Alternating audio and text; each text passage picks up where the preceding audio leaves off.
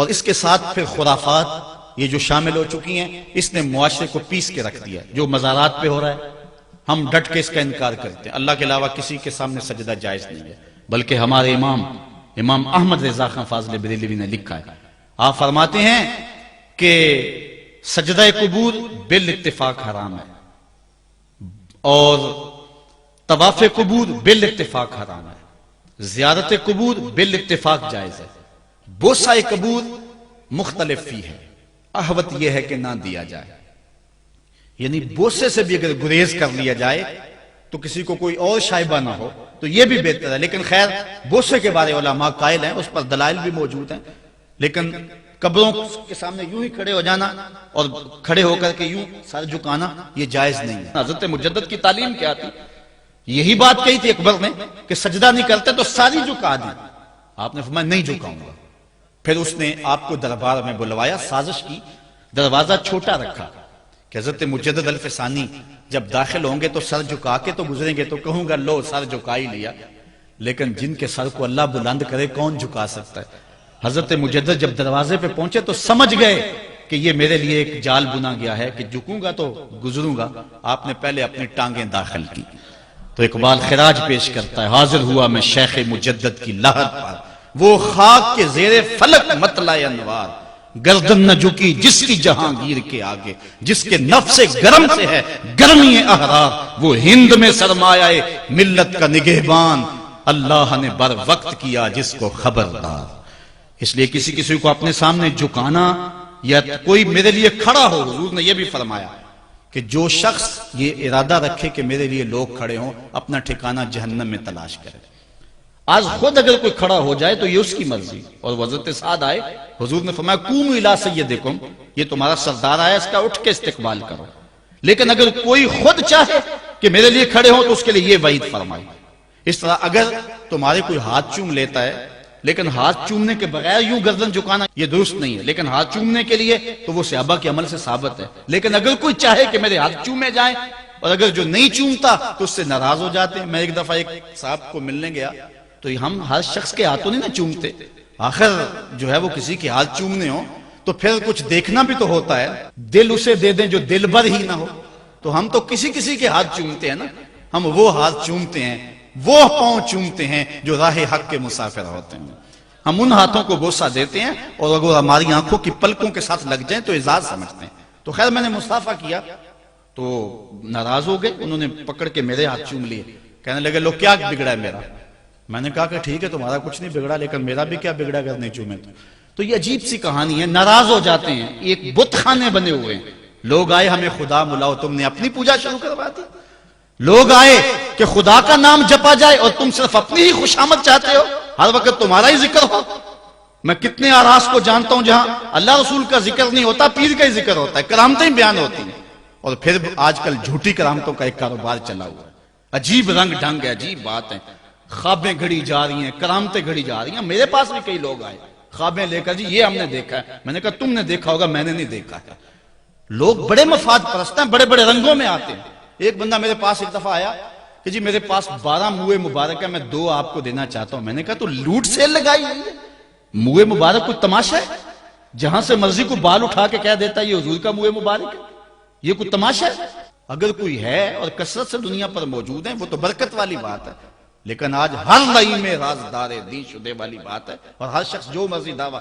ایک بندے نے ایک دن مجھے رات کو فون کیا، جناب کہاں ہیں؟ میں نے کہا گھر میں ہوں. کہنے ذرا باہر نکل کے دیکھو. میں نے کہا کیا ہے؟ کہا جی آسمان کی طرف دیکھو. میں نے کہا ہوا کیا ہے؟ کہنے لگا چاند کے اندر حضور کی تصویر ہے. میں نے کہا تو پاگل ہے؟ لوگوں نے زندگیاں گزار دی اور زیارت نہ ہوئی اور تو جو ہے لوٹ سے لگا دی ہوئی ہے کہ چاند کے اندر تصویر لگا دی. میں نے کہا کمال ہے، کوئی بات کرنے والی ہے تیری. ہمارے ہاں ذوف الاعتقادی اتنی پھیل گئی ہے کہ جو بات کرے لوگ پیچھے دوڑ پڑتے ہیں. کئی ایسے واقعات ہوئے ہیں، کوئی کہتا ہے میرے گھر میں حضور کے قدم لگے ہیں، کوئی کچھ بول رہا ہے، کوئی کچھ بول رہا ہے. یہ لوگ اللہ سے ڈرتے نہیں ہیں، خوف نہیں کرتے.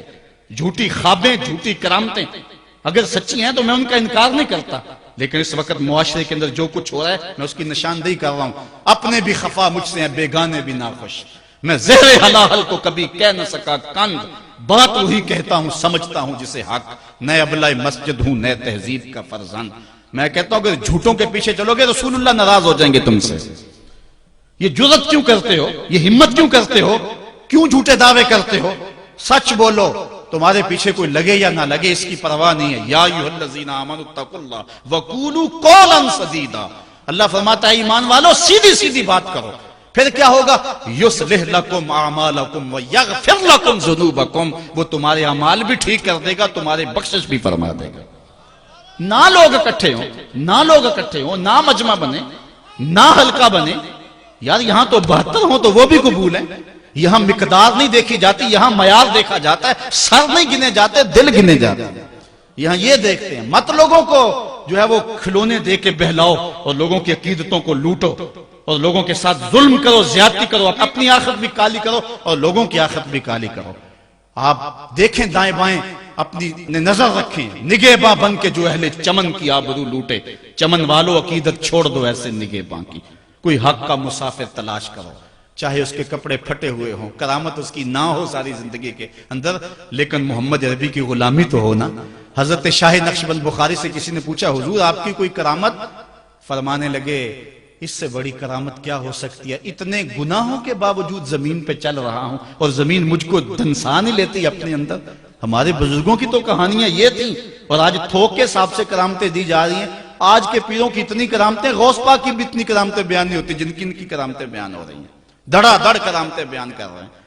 ایک بندے کے یہاں بچہ پیدا ہوا اور اس نے یہ شور کر دیا کہ یہ رمضان کے دنوں میں دودھ نہیں پیتا، اس لیے کہ حضرت غوث پاک بھی نہیں پیتے تھے، وہ بھی پیدائشی غوث تھے اور یہ بھی پیدائشی غوث ہے، اور رمضان کے دنوں میں دودھ نہیں پیتا۔ اچھا کوئی 2-4 ماہ گزرے تو اس غوث کی ماں کو طلاق دے کے نئی عورت سے شادی کر لی۔ میں نے کہا کم از کم اتنا تو خیال رکھتے، جس نے غوث جنم دیا ہے اس کو تو عزت سے گھر سے رکھتے۔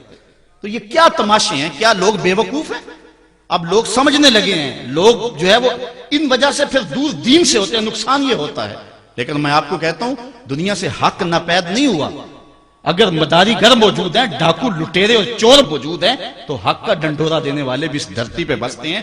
ہمارا رویہ یہ ہے کہ ہم کسی ایک شخص سے بدزن ہو جاتے ہیں تو پورے طبقے سے بدزن ہو جاتے ہیں۔ کئی بندوں کو میں سنا جو میں دیکھا ہوا ہے پیروں کو، اور تو نے دیکھے ہوئے ہی نہیں ہے، جن کو مل کر زندگی سے عشق ہو جائے وہ لوگ شاید آپ نے دیکھے نہ ہو، مگر ایسے بھی ہیں۔ ایسے لوگ بھی ہیں کہ جن کو دیکھ کر کے زندگی گزارنے کا ڈھب آ جاتا ہے، سلیقہ اور طریقہ آ جاتا ہے۔ ان لوگوں کی تلاش کرو۔ اگر ایک دکان سے کپڑا صحیح نہ ملے، سودا صحیح نہ ملے، تو آپ جو ہے کیا کھانا پینا چھوڑ دیتے ہیں؟ آپ کو پتا پورے شہر سے مٹھائی کہاں سے اچھی ملتی ہے، آپ کو پتا پورے شہر سے کپڑا کہاں سے اچھا ملتا ہے، آپ کو پتا پورے شہر میں جو ہے وہ فلاں چیز اچھی کہاں سے ملتی ہے۔ دین بھی ڈھونڈو کہاں سے خالص ملتا ہے اور کہاں سے نہ خالص ملتا، اس کے لیے محنت کرنی پڑے گی۔ جھولی میں یوں نہیں ڈال دیا جائے گا، اس کے لیے تمہیں جانا پڑے گا، کوشش کرنی پڑے گی۔ ہاں ایک سے دھوکہ کھاؤ گے، 2 سے کھاؤ گے، 3 سے کھاؤ گے، لیکن جو تم دھوکہ کھاؤ گے تم تو رب کے نام پہ کھاؤ گے نا۔ حضرت عمر رضی اللہ تعالیٰ عنہ کی عادت تھی، جو غلام لمبی نمازیں پڑھتا اس کو آزاد کر دیتے۔ غلاموں کو سمجھ آ گئی، لمبی نمازیں پڑھنی شروع کر دی، آپ آزاد کر دیتے۔ کسی نے کہا عمر تم تو بھولے آدمی ہو، یہ نمازیں اللہ کے لیے نہیں پڑھتے، یہ آزادی کے لیے پڑھتے ہیں۔ تو حضرت عمر نے کہا یہ مجھے اللہ کے نام پہ دھوکہ دیتے ہیں، میں 100 بار کھانے کے لیے تیار ہوں۔ ایک جگہ سے دھوکہ کھایا، 2 سے کھایا، 3 سے کھایا، 4 سے کھایا، جب تمہاری نیت ٹھیک ہوگی منزل ضرور ملے گی، یہ ہو نہیں سکتا۔ خورش دے بدرا جو کب کو حمام کہ یک روز افتد ہمائے بدام۔